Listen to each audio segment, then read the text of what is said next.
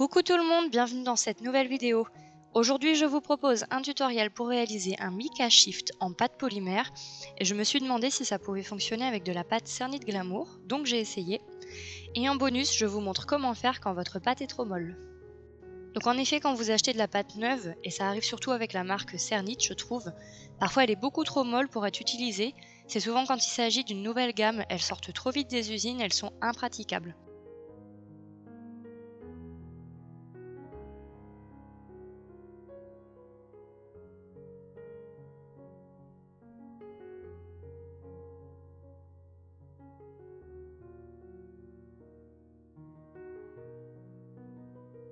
Là je vais vous montrer avec la couleur cuivre, ça ne se voit peut-être pas trop mais elle colle pas mal au doigt et tout simplement en appuyant dessus, voilà les marques qu'elle laisse. Donc c'est pas mal, on voit vraiment les empreintes des doigts et du coup quand vous voulez faire quelque chose avec, c'est impossible. Pour remédier au problème, on a une solution, ça va être de faire dégorger la pâte dans du papier. Pour ça vous prenez la quantité que vous voulez et vous allez l'aplatir pour obtenir une fine épaisseur.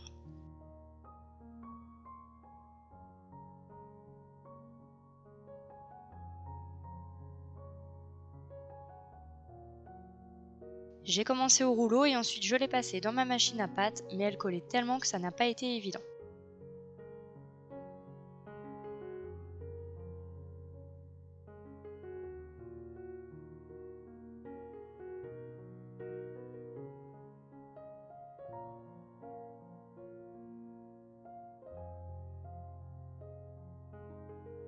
Du coup j'ai fini avec les mains et je l'ai étirée pour qu'elle soit vraiment fine.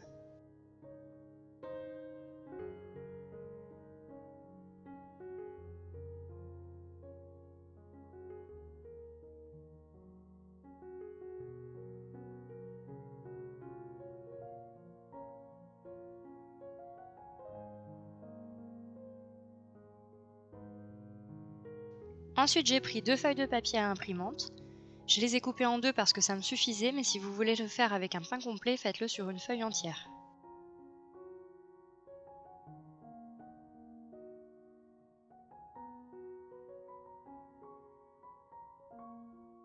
Le but ça va être de mettre la pâte entre deux morceaux de papier pour que ça la fasse dégorger.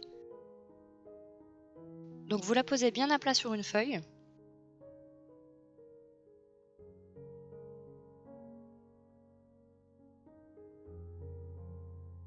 Si vous avez besoin, vous coupez ce qui dépasse.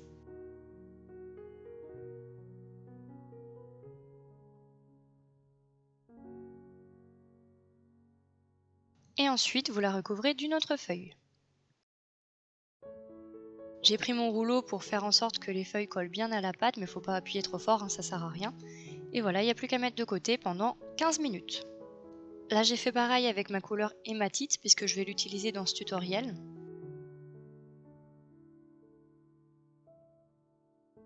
C'était la même chose, elle était vraiment très collante, inutilisable et c'était encore pire quand je l'ai passée dans la machine à pâte puisqu'elle a collé sur les bords et elle s'est carrément déchirée.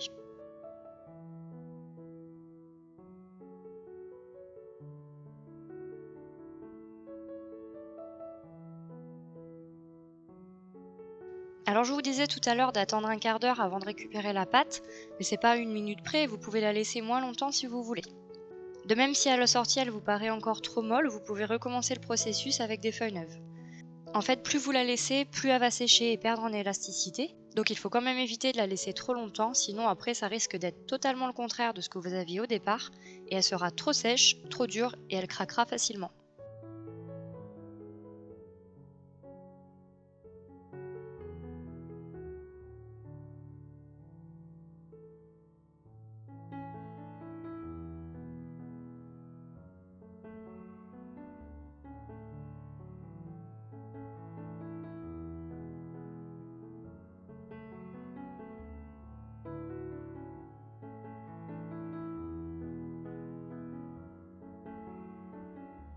« 15 minutes après, vous voyez que la feuille a bien absorbé de la matière, donc il n'y a plus qu'à retirer la pâte.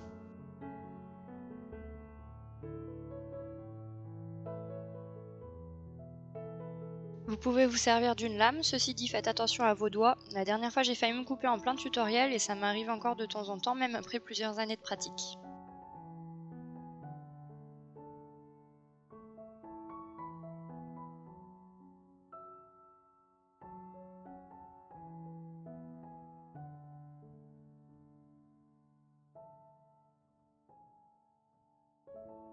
Après avoir fait dégorger votre pâte, n'hésitez pas à bien la malaxer pour répartir à nouveau sa matière et son élasticité et obtenir une pâte homogène.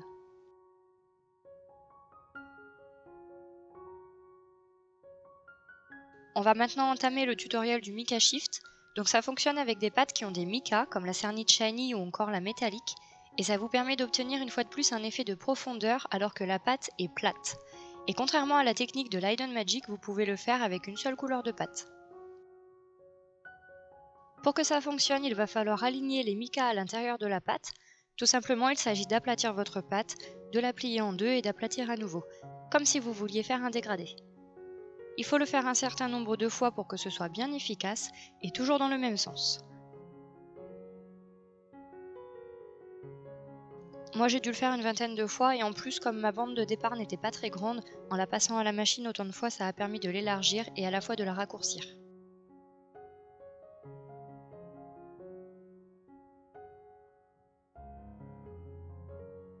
Ensuite vous prenez une plaque de texture. Moi j'ai pris celle que j'ai faite dans le dernier tutoriel pour vous montrer que ça fonctionne bien. Et donc sur celle-ci il faut mettre du talc. Je fais exprès d'en mettre à côté pour en rajouter un peu après. Et j'étale. Je tapote pour enlever ce qui s'est mis dans les creux. Et après j'en reprends pour bien en mettre partout.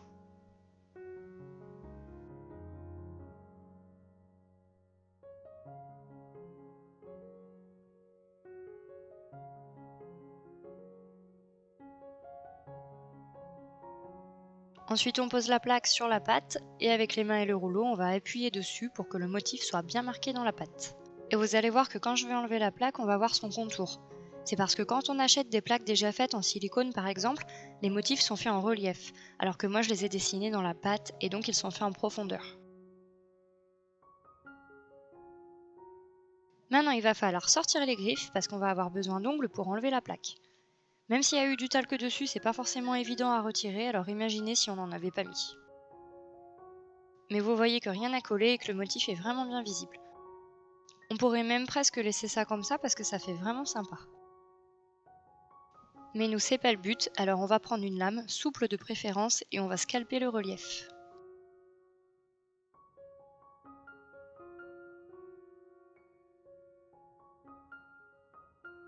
Comme pour Light on Magic, on coupe pas trop profond, sinon le motif va disparaître.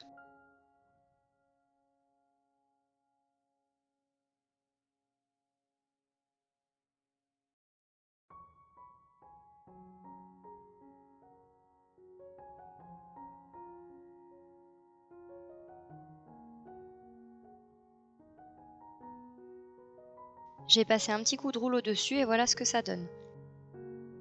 On voit bien le motif et ça ressort encore plus après cuisson. J'ai fait la même chose avec la couleur hématite pour tester ma deuxième plaque, je vous laisse regarder.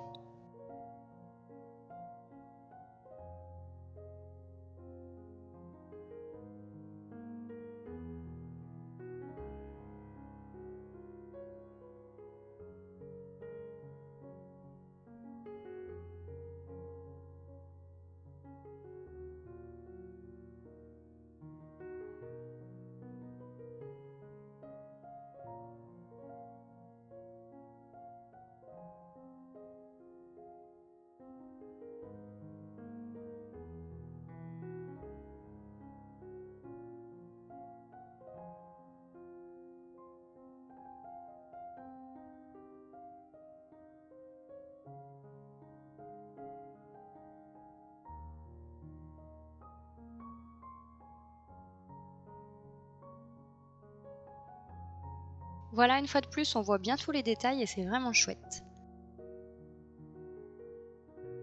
Pour la suite, je me suis demandé si ça pouvait fonctionner avec de la Cernite Glamour, puisque vous voyez quand on la mélange, ça laisse aussi des marques comme pour les pâtes précédentes. Donc on va voir ça ensemble, là j'ai pris la couleur Or Antique. Pour changer, et parce que ma pâte était un peu dure, j'ai pris une plaque de texture de la marque Cernite, elles sont vraiment bien et les motifs sont assez profonds. Sur celle-ci, j'ai pas besoin de mettre de talc, donc je la pose directement sur ma pâte et j'appuie.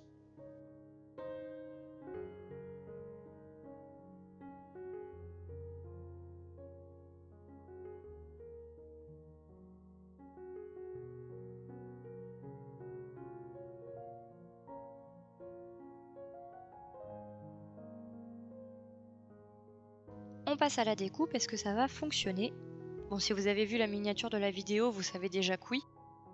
Mais sur pâte crue, ça marque quand même moins que la shiny et la métallique. Et pourtant, j'ai fait comme tout à l'heure, je l'ai passée plusieurs fois à la machine en la repliant sur elle-même.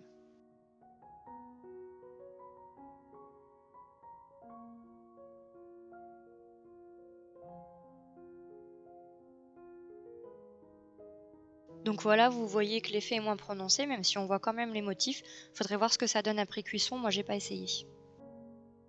Ça se voit quand même plus que sur la couleur hématite, je trouve. Par contre, je suis pas sûre que ça le fasse sur toutes les pâtes de la gamme Glamour, il faudrait tester sur les couleurs rose, bleu et violette par exemple. Cette vidéo est terminée, j'espère que ça vous a plu. Si c'est le cas, abonnez-vous, mettez un pouce bleu, venez faire un tour sur mes réseaux sociaux et pourquoi pas ma boutique. Passez une bonne semaine, je vous fais plein de bisous et on se retrouve la semaine prochaine.